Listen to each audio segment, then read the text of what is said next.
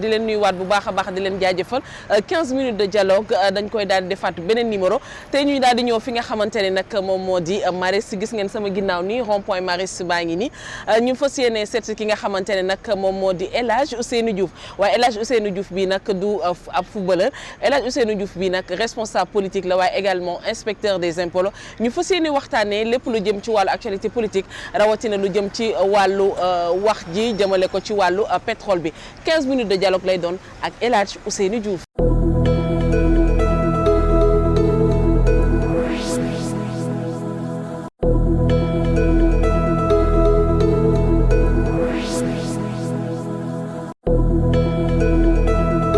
alors monsieur Ousseynou Diouf ñu ngi lay nuyu. maa ngi leen di fay. alors balaa ñoo commencé waxtaan bi kan moom mooy Ousseynou Diouf. waaw Ousseynou Diouf doomu Thiès la juddoo Thiès màggee Thiès. doon liggéeyee Thiès affectation indi ko Dakar responsable politique mais aussi président club de basket la voilà di aussi di yëngu ci mbiru àdduna ci développement ci social ci lépp kookoy El Hadj Ousseynou Diouf. d'accord alors El Hadj Ousseynou Diouf ñu gis que ni carrément fan yi lu jëm ci wàllu actualité dañuy gis que ni pétrole bi moom moo nekk carrément d'actualité. loolu moom lan moo di sa xalaat ci wax yu bëri jéeg yooyu ak yéen nekk ci biir APR naka ngeen gisee coow li. jërë ngeen jëf waaw xam nga coow li mënut a ñàkk ndax lu bees la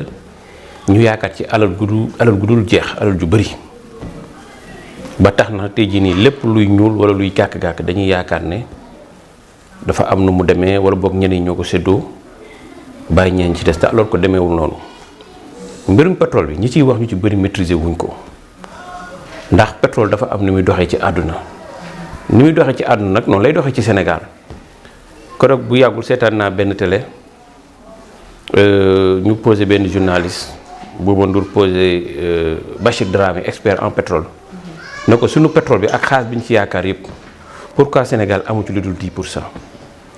mu ne ko mais parce que mbirum pétrole ak gaz ay risque la boo ci bëggee am part bu gën a ngand da ngay yokk sa taux de risque ndax ña koy saytu dañ cey def alal bu dul jeex. d'accord léegi ba tey ci wàllu actualité ñu gis que ne ki nga xamante ne moom moo di conseiller en communication du président de la République monsieur Kassé. moom également dafa def daal di sox ci benn télé bi ngi nekk bitim réew. ne wax ne carrément ki nga xam ne moom moo di Aliou Sall daal di nay jot xaalis boobee te gis nañu Aliou Sall dafa génnoon def démenti ne musul jot xaalis yéen yow loolu lan moo di sa kàddu. waaw li sama kàddu moom mooy xam nga mbirum état dafa am nu muy doxee. xëy na tey mbir mi tey jii nii ku nekk mun naa génn wax ci sa xalaatam kooku nit ku nekk am nga ci sañ-sañ mais bi coow li bëre ministre Ndeye Tické Ndiaye Diop porte-parole du gouvernement génn na wax ci am solo avec rigueur professionnalisme et personnalité léegi nag keneen ku ci nekk individuellement boo ci amee sa xalaat looy wax naan lii ak lii bon ku mu neex gëm ku mu neex bañ a gëm le président de la République ubbi na benn information judiciaire. kon est-ce que jàppoon est-ce que gars yi lu ñuy wax moom la ñuy dëggal ñoom ñooñu parce que dañ ne faucon yi ñu ngi ci au sein de l'APR. waaw politique nag moom dafa nekk mbir mu doy waar ba nga xam ne lu ne ngi ci kenn du ko weddi lu ne ngi ci mais tey jii nii ñun te nañuy doxalee ak li ñu xam ci ni état di doxee loolu mooy ñuy orienté ba tey jii nii mënuñoo jël lu dul information bu officielle. information bu officielle nag day jóge ci kilifa wala mu jóge ci institution mais pas ci ay waxu mbedd wala ay waxu ma sàmba wala ay waxu ma demba man daal li ma jàpp ci mbir mi moom mooy jusqu'à présent ba fi ñuy waxee amul benn institution bu officielle bu taxaw wax ne Sénégal la mu waroon am ci pétrole bi amu ko ci leneen li ci des nag lu ñu naan ay corruption la wala ay pot de vin la loolu mooy comme li ma la wax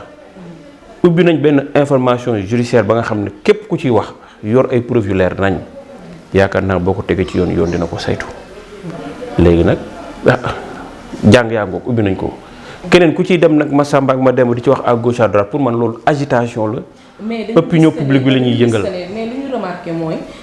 te sénégalais yëpp remarqué ko di ci wax boobu ba léegi mooy que ni problème bi ñu amee gisuñu carrément waa mouvance présidentielle di ci wax maanaam di indi seen maanaam di wane ne carrément ñi ngi jàppale Aliou Sall dafa am benn seetaan bu ci am. waaw mais xam nga loolu aussi tamit c'est très normal xam nga tey jii nii. mais loolu est-ce que nekk na lu normal bu dee ñoom ñëpp président. moom laa lay expliquer c'est très normal xam nga li tax ma ne c'est très normal parce que politique la coow ak moroomam tey jii nii bu fekkee ñoom opposants yi ils sont dans leur rôle li ñuy def nii xam nañ ko bu baax dañ ko calculer maîtriser ko et puis am nañ ci benn effet ba nga xam ne moom lañ ciy seet te fi mu ne nii yaakaar nañ ne moom lañ am de telle sorte que ñun ñi nga xam ne dañoo fare ci camp présidentiel mais du tee itam dinañ ci communiquer. mais avec dal parce que dañ leen di wan ne ni comme quoi que ni wax jii ngeen indi bis boo leen indee firnde tamit du ñun ñoo koy tontu yoon moom moo koy topp saytu ko bu boobaa tamit yoon dina def liggéeyam mais bu fekkee tey jii nii ñoom dañ ñoo provoqué ñun ñu topp leen ci seen rythme kon ñoom dinañ xam ne ñun dañoo jaxasoo wala dañoo perturbé te bu boobaa dinañ kontaan ndax la ñu bëggoon dañ koy day fekk dañ ko am. mais loolu da nga jàpp ne mbir mi manipulation politique mais bu baax manipulation pure et simplement politique la. est-ce que foogoo ne kon ñun Sénégal malédiction du pétrole mi ngi ñuy waaj a dal. mais moo ngi ñuy waaj a dal parce que tey bu ma demee ba seetaan di gis ay presse étrangère ay dëkk yi nga xam ne mosuñu woon ñemee wax ci Sénégal di wax ma toog di leen seetaan ñuy wax ay musiba yi nga xam ne teguñu ko fenn c'est-à-dire que tey jii nii Sénégalais yi ñoo ngi yablu seen bopp yablu sa bopp weesuwul nag tey jii nii nga lijjanti nga dem ba bitim réew dafay lijjanti say mbiru say mbiru dëkk te war koo mën a lijjanti fii mu leer néewuñu bu kenn gëstu néewuñu bu kenn contrôler néewuñu bu kenn vérifier mais encore une fois de plus encore dafa am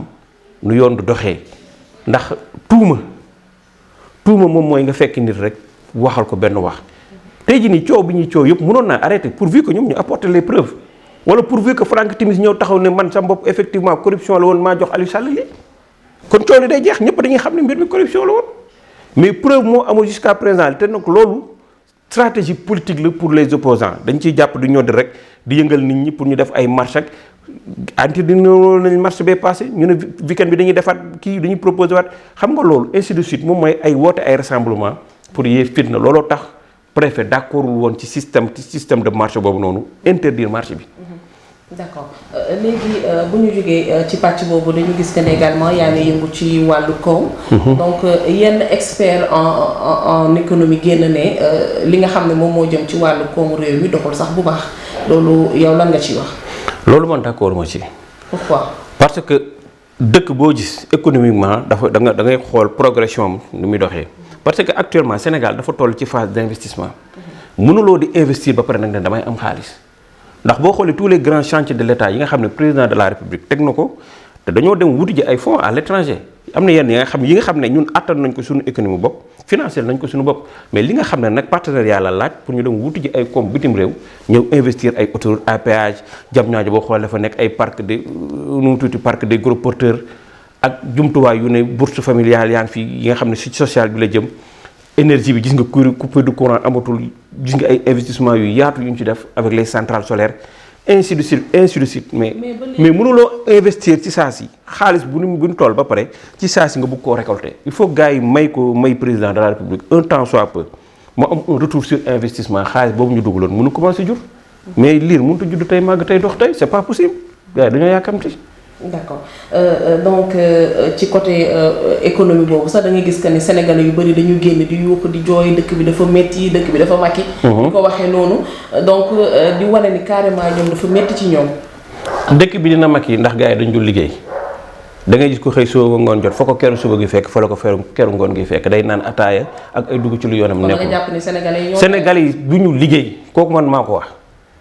il faut que ñu xam ne ñun suñu avenir bopp ñun ñoo koy porter suñu bopp c'est pas l'état du Sénégal c'est ni le président Macky Sall. pour quinquennat bi dafa définir politique maanaam jàppale xale yi bu baax a baax ci wàllu emploi. mais ñaata opportunité lañ ubbil jeunes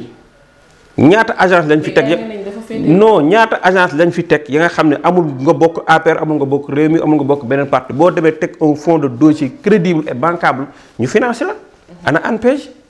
ana FONSIS ana FONGIP. moi j'ai assisté gis ay jeunes yi nga xam ne départ ci nen ci dara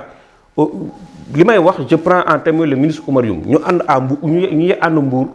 ay jeunes yi nga xam ne ay pêcheurs lañ ñii ñu financé leen ñii 2 millions ñii 3 millions ñii 5 millions tey jii dem nañ ba am seen gaalu bopp fay nañ seen prêt ba taqali ko banque tey jii nii ñoom ñoo yoral seen i mbir bopp di ko doxal. kon daal yow Ousseynou Diouf kon instant bi yow si man ni ma la déggee ngay wax dëkk bi tout est parfait. non lépp n'est pas parfait ça il faut l'avouer. parce que dañoo on est un pays pauvre ba nga xam ne dafa nekk ci yoonu développement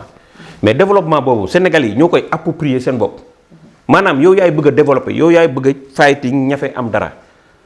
dem fekk état du moom mooy développer état day ay mécanisme lay teg day teg ay mécanisme yi nga xam ne tey yow boo ci jaaree di nga am dara mais bu fekkee état dafa teg mécanisme yow toppatoo woo ko faale woo ko chaque jour yaa ngi ci télé bi di ŋàññi di saaga waate di wax lu la neex xam naa ne dëkk bi dafa màcc mais dëkk bi dina màcc parce que liggéeyoo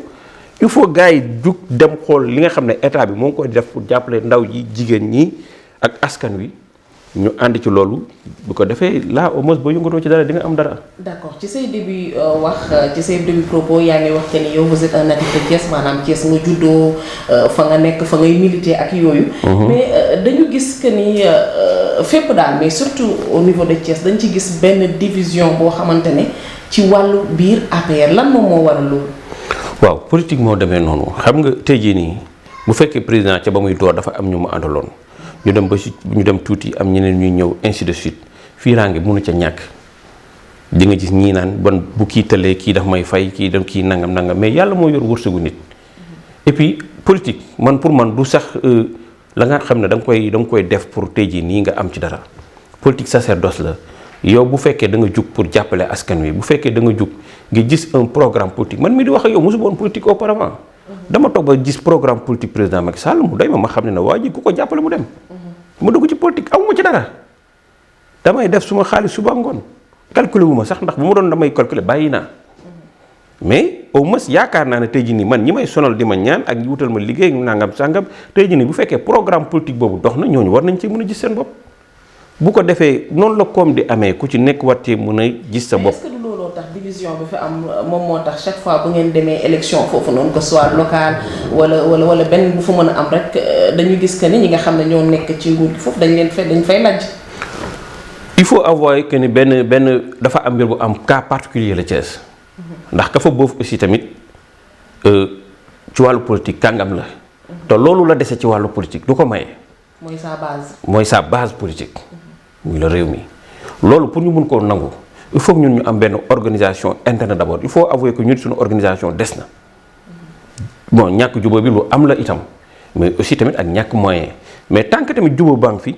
mu am benn cadre. mënul nekk parce que yéen a nekk ak état. non loolu la nit ñi di yaakaar mais du question da ngay nekk ak état ba dañuy ñëw di la këpp xaalis bi non man samay programme politique yi may dawal man maa koy dawalal sama bopp état musuma jox dara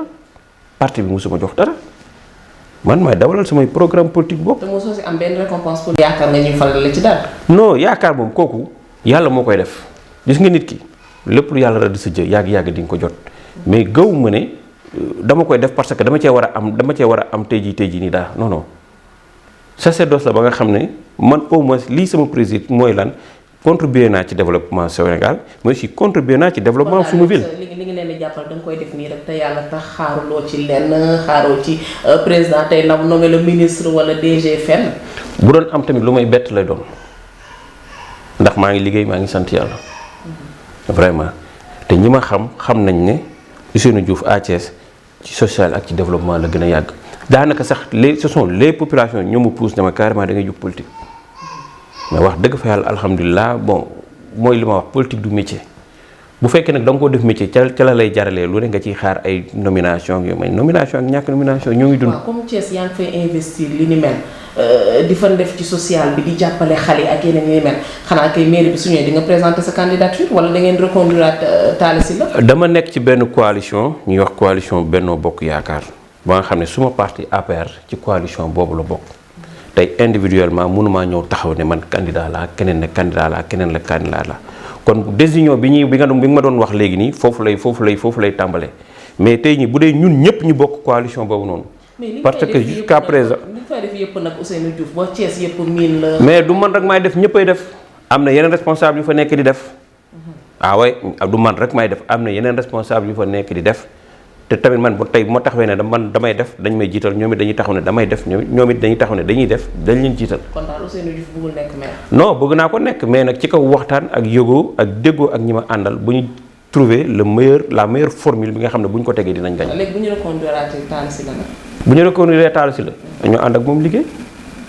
waaye. kon yéen en tant que jeune du ngeen sax jéem a fippu wala ne non. xam nga moom laa lay wax mbir mi du fippu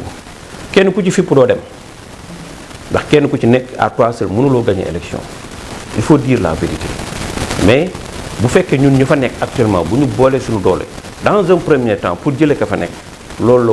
lu war a mun a nekk la léegi nag ainsi de suite pour politique day màgg bu boobaa plus ñuy dem ñu yaakaar ne ambition yi xëy na dañ ko mun a gën a fësal. Voilà, merci beaucoup Ousseynou Diouf. Ça a été un plaisir de dalal la fii ci 15 minutes de dialogue 3e numéro. donc xanaa dañ lay bàyyi nga tàggoo dañuy wax tàggoo bu dul tàggoo ak les amis internautes de rewmi.info.com. waaw di leen sant yéen waa Infos Rewmi ci seetsi bi ngeen ma seetsi vraiment ci 15 minutes yi vraiment gàtt na lool mais neex na lool ndax wax nañ fi wax ju am solo. di wax encore une fois de plus mu di sénégalais yi nañ ànd ak daal ci mbirum pétrole bi bu leen kenn naxase seen xalaat seen xel ak seen xalaat ndax liñ fiy wax yépp teguwul ci dëgg lii dëgg moom mooy yàlla may nuñu xéewal ga nga xam ne mosuñu ko woon yaakaar si suñu àdduna nañ ñaan yàlla ba xéewal googu ñu muurloo ko ci jàmm ak salaam loolu moo ëpp solo léegi nag àdduna nag bu fekkee nit ki politique warul tax ñuy tuumaal ay nit wala ñu yee fitna du tee nag ñu ne dinañ contrôle kenn du bañ contrôle itam bu ñu koy def day fekk vraiment ñu teg ko ci yoon jaarale ko ci yoon ba nga xam ne képp nga xam nga fóote nga bokk ci nguur gi ak nga bañ cee ñàkk yoon war a mun a dal sa kaw mais pas yee fitna ndax boo yee fitna war naa mun a fitna googu boo deful nag mun naa tàkk ba dugaat sa biir njaboot di sant ñëpp di gërëm ñëpp di leen ñaanal jàmm ak salaam merci beaucoup. jërëjëf. jërëjëf.